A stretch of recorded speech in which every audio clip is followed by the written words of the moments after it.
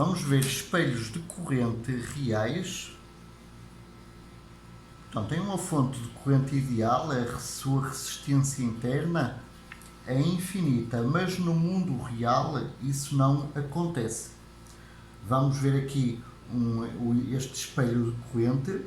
Portanto, este MOSFET está a implementar uma fonte de corrente do tipo poço.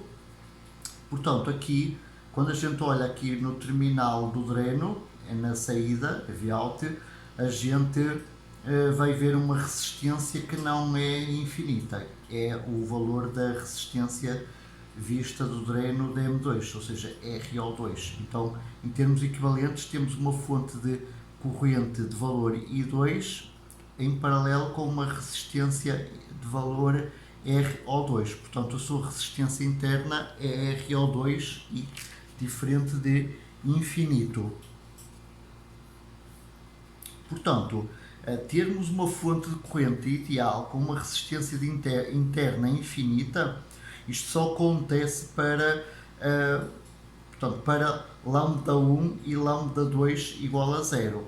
Portanto, o lambda 2 garante que o RO, portanto, o lambda 2 igual a 0 garante que o RO2 seja infinito e o lambda 1 igual a 0 em conjunto com o lambda 2 igual a 0 garante esta relação de correntes I2 igual a I1 vezes a largura sobre o comprimento do MOSFET 2 dividido pela relação largura-comprimento do MOSFET 1.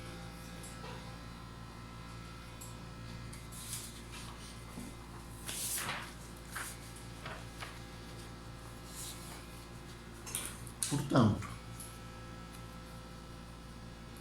nesta situação aqui, temos aqui o nó X e o nó Y, para lambda 1 igual a lambda 2 igual a 0 e ambos os MOSFETs saturados, a tensão via Y é igual à tensão via X e, portanto, aqui observa-se esta relação de correntes, que é dada pela relação de tamanhos de M2 com M1.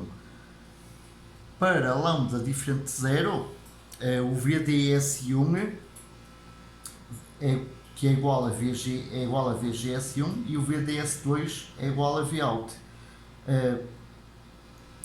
Além disso, o VGS2 é igual a VGS1. Quando o lambda é diferente de 0, então a corrente I1 é igual à corrente IDS1, que é 1 meio NiON-CO óxido, largura sobre comprimento do MOSFET 1 vezes VGS1 menos VTHN ao quadrado vezes 1 mais lambda VDS1. No caso da corrente 2, I2, temos I2 igual a IDS2, que é 1 meio NiON-CO óxido, largura sobre comprimento do MOSFET 2 vezes VGS2 menos VTHN ao quadrado vezes 1 mais lambda VDS2. Agora, acontece que o VDS1 é igual a VGS1 e o VDS2 é igual a Vout.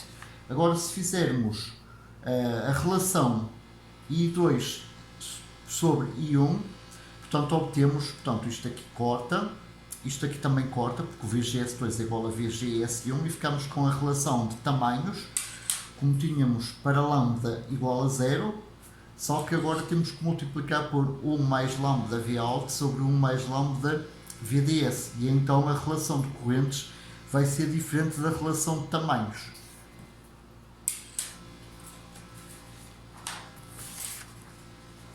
Bom, e porquê é que a relação de correntes I2 sobre I1 é diferente da relação de tamanhos do MOSFET 2 relativamente ao MOSFET 1 quando o lambda é diferente de 0? Isto acontece porque a tensão via Y agora é diferente de via X, justamente devido a RO1 e a RO2 serem diferentes de infinito. Vamos ver aqui o que é que se passa. Então, passamos a ter aqui uma corrente I linha 1, uma corrente I duas linhas 1, que flui através da RO1. A soma destas duas correntes é igual ao I1. E agora vamos ter aqui do lado direito uma corrente I linha 2 e uma corrente I duas linhas 2 que flui através da RO2. A soma destas duas correntes é igual a I2. Acontece que a relação de correntes I2 e I1 é diferente da relação de tamanhos M2 por M1. Portanto, aqui a relação I'2 versus com I'1, aqui essa relação é igual à relação de tamanhos, porque a gente aqui neste caso estamos a admitir que o M1 e o M2 são MOSFETs ideais. E aqui, então, o RO1 e o RO2 vão estar a ser incrementados justamente para desviar a corrente de I1 e de I2, fazendo com que as relações I'2 e fazendo com que as relações I2 e I1 deixem de ser iguais à relação de tamanhos M2 M1. Portanto, o I2 sobre o I1 é, portanto, a soma de I'2 mais I'2 mais I2'2, e o I1 é a soma de I'1 mais I2'1. Portanto, I'2 mais I2'2 é dado por um meio de NiON óxido VGS de 1,2, porque eles são iguais, menos VTHN ao quadrado, vezes a relação de tamanhos de M2. O I2'2 é a tensão Vout sobre RO2. Por outro lado, o I'1 é um meio de NiON óxido VGS 1,2 menos VTHN ao quadrado, vezes a relação de tamanhos do M1. O I2'1 é aqui a nossa tensão VDS1 sobre RO1. Portanto, isto que aqui está, esta fração, ela é diferente da relação de tamanhos do M2 e do M1.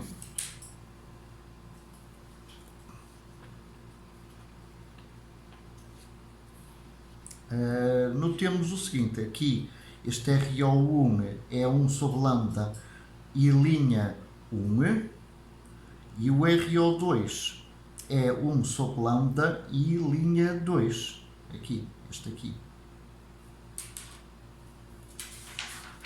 Portanto, tudo o que se aprendeu até agora para lambda diferente de zero deixa de ser verdade. Vamos ver aqui um exemplo simulado para comprovar esta situação. Claro que na simulação existem outros fatores que não foram considerados até agora, para além do efeito da modulação de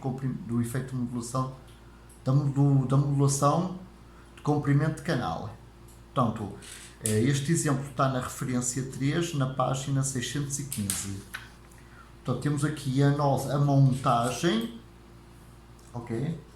Aqui coloca-se uma tensão Vout.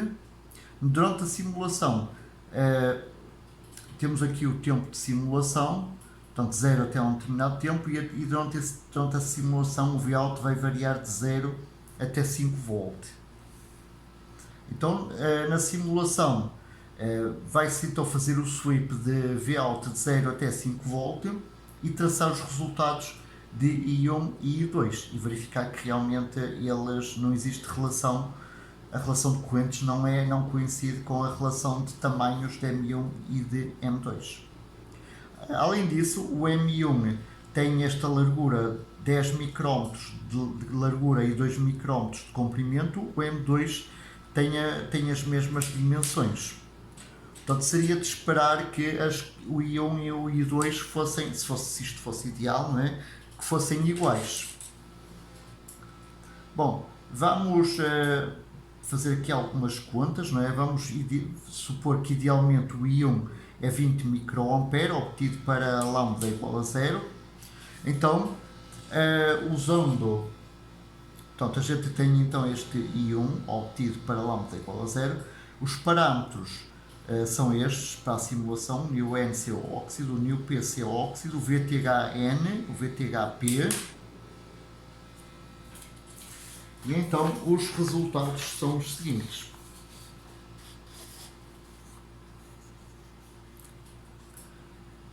Temos aqui o valor ideal de 20 microampere para I1 e I2, não é? Só que acontece que I1 ele é menor que 20.000 microampere, porque existem outros fatores para além do efeito de modulação de comprimento de canal. E temos aqui agora nesta curva o I2.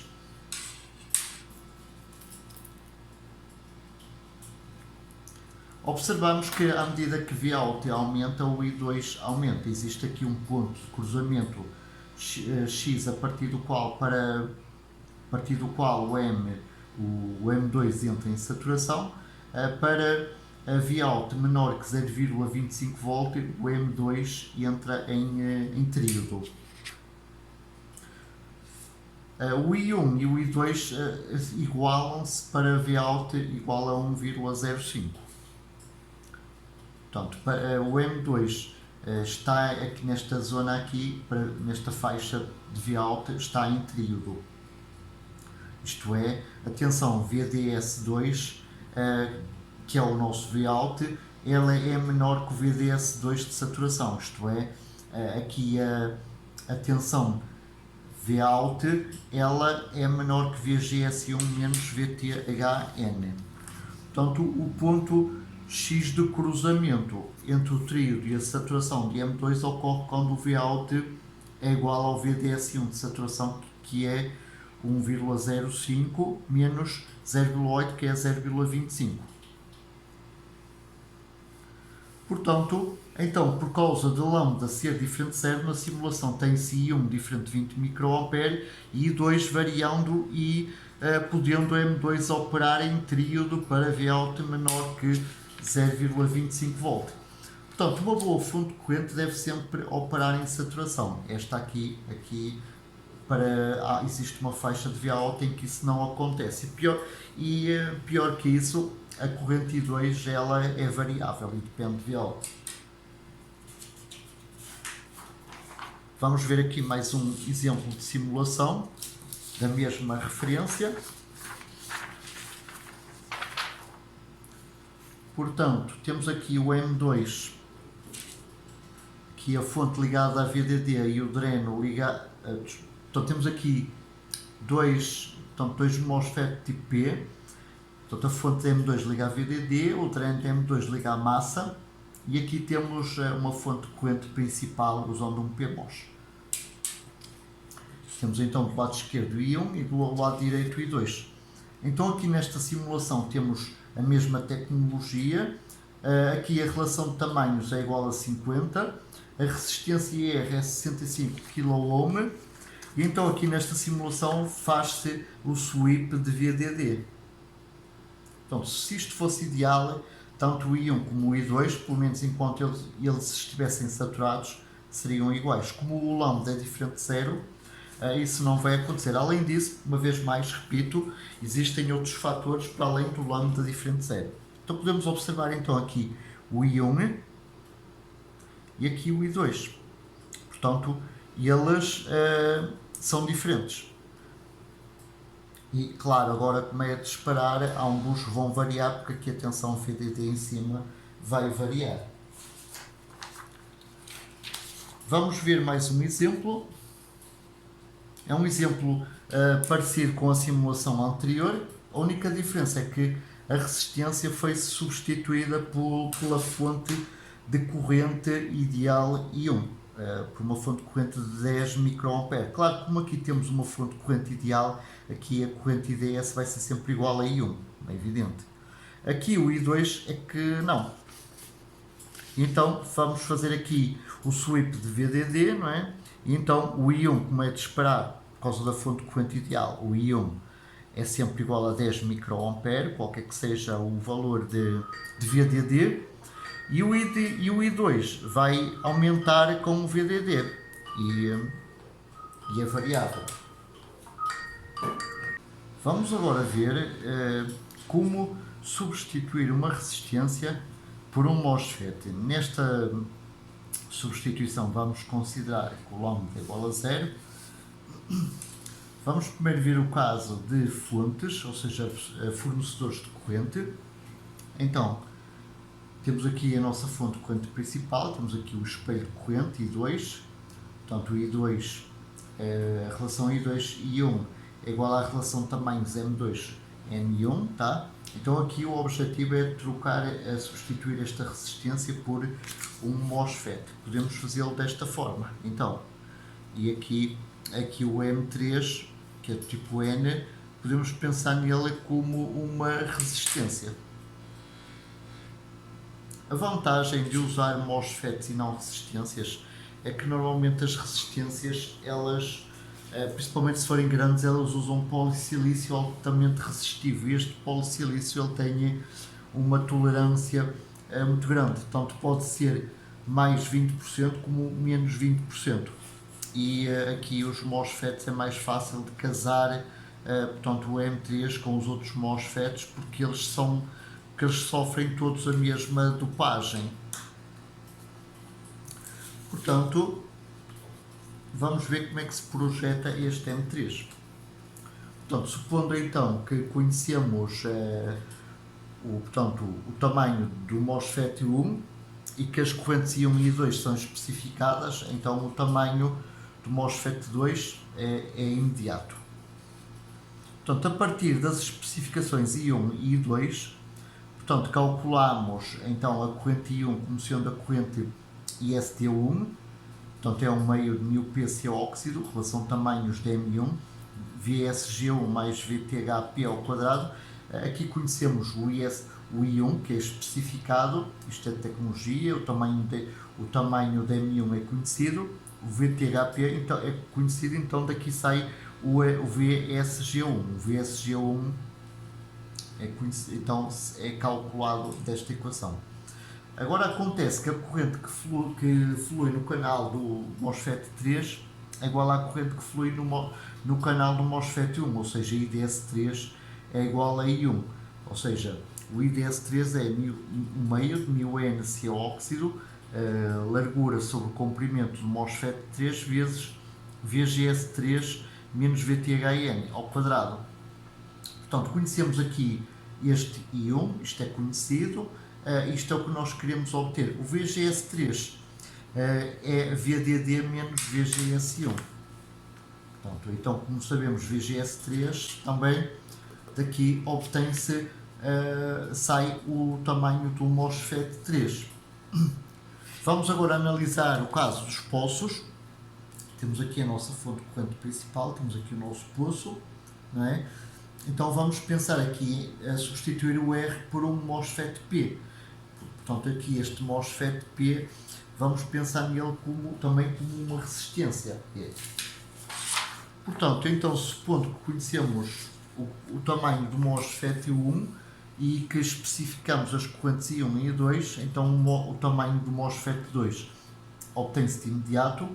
A partir das especificações, a corrente que flui no MOSFET 1, o IDS1 é igual a I1, que é um meio μN óxido, largura sobre comprimento do MOSFET. Vendo agora o multiplicador beta, é um circuito que implementa uma fonte de corrente independente de VDD em quase toda a faixa de alimentação, isto é, desde a tensão linear de condução VTHN até à tensão de alimentação nominal da tecnologia.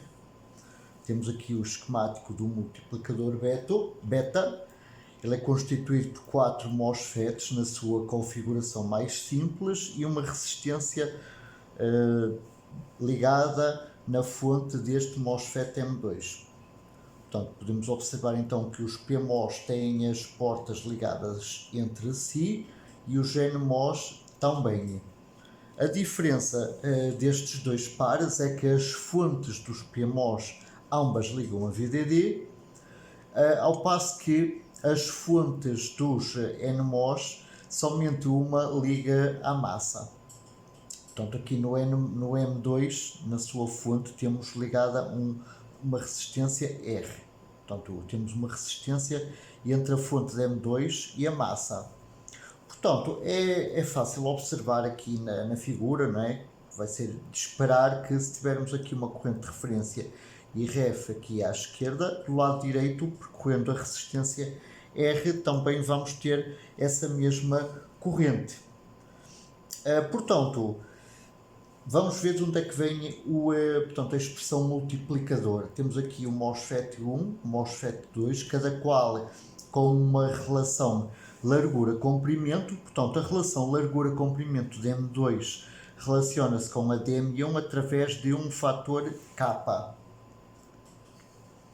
Portanto, K é então um multiplicador de beta e vai, portanto, definindo os betas de M1 e de M2 da seguinte forma: beta 1 igual a νNC óxido largura sobre comprimento do MOSFET 1 e beta 2 igual a νNC óxido largura sobre comprimento do MOSFET 2.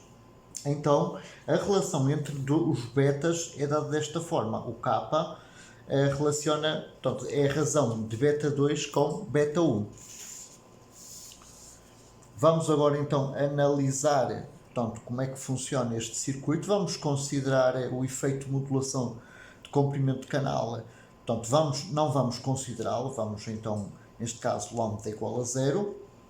Portanto, facilmente se observa que a tensão gate source no MOSFET 1 é diferente da tensão gate source do MOSFET 2, se aqui a corrente de referência for diferente de 0 A. Portanto, assim é fácil observar que a tensão VGS1, daqui para a massa, é igual à tensão VGS2 mais a queda de tensão portanto, na resistência R, chamando esta equação de asterisco. Portanto, esta equação ela só é válida apenas para VGS1 maior que VGS2, como é evidente, porque temos aqui que somar uma queda de tensão. Portanto, caso contrário, se isso não fosse verdade, íamos ter um resultado tolo, de forma que a queda de tensão fosse negativa, isto é, a corrente IRF fosse para cima, o que, portanto, viola todo o funcionamento deste circuito. Então, para garantir que a tensão gate source 1 maior que a tensão gate source 2, portanto, o beta do MOSFET 2 deve ser maior que o beta do MOSFET 1. Portanto, agora vamos admitir que todos os MOSFETs estão na saturação, e então, sabendo que na saturação, no caso dos NMOS, a tensão VGS é igual a 2 vezes a corrente IDS que o percorre sobre o seu beta, levantado a 1,5, mais o VTHN. Portanto, esta equação chamemos-lhe asterisco. Além disso, beta 2 é igual a K beta 1, com K maior que 1. Portanto, a corrente IDS, tanto no 1 como no 2, é igual a IRF. Então, combinando agora o VGS1 e VGS2 aqui nesta equação asterisco, ok? Resulta isto. Portanto, os VGS desaparecem e ficamos com uma relação, com o valor de IRF, que é 2 dividido por R ao quadrado, νNC óxido, a relação largura-comprimento do MOSFET 1 vezes 1 menos 1 sobre raiz de K ao quadrado. Portanto, aqui a corrente de referência ela é independente da tensão de alimentação. Além disso, aqui para esta corrente ser válida, não é? O valor de K tem que ser maior que 1. Portanto, esta conclusão já tínhamos retirado anteriormente. Vamos ver aqui uma aplicação do multiplicador beta. Temos aqui o nosso multiplicador beta e temos aqui um MOSFET 5 que, portanto, fornece uma corrente zero, portanto, servindo o MOSFET 5 de espelho de corrente. E aqui o nosso multiplicador beta é a fonte de corrente principal. A vantagem, então, desta fonte de corrente principal é que a corrente que ela produz, não é, o IRF, é independente aqui do VDD.